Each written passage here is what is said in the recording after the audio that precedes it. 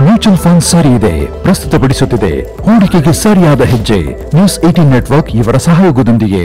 ಹೊಸ ಕೆಲಸ ಅಂದ್ರೆ ಉತ್ತಮ ಸಂಬಳ, ನಂತರ ಕಾರು ಖರೀದಿಸುವಂತಹ ದೊಡ್ಡ ಕನಸು ಬರುತ್ತೆ.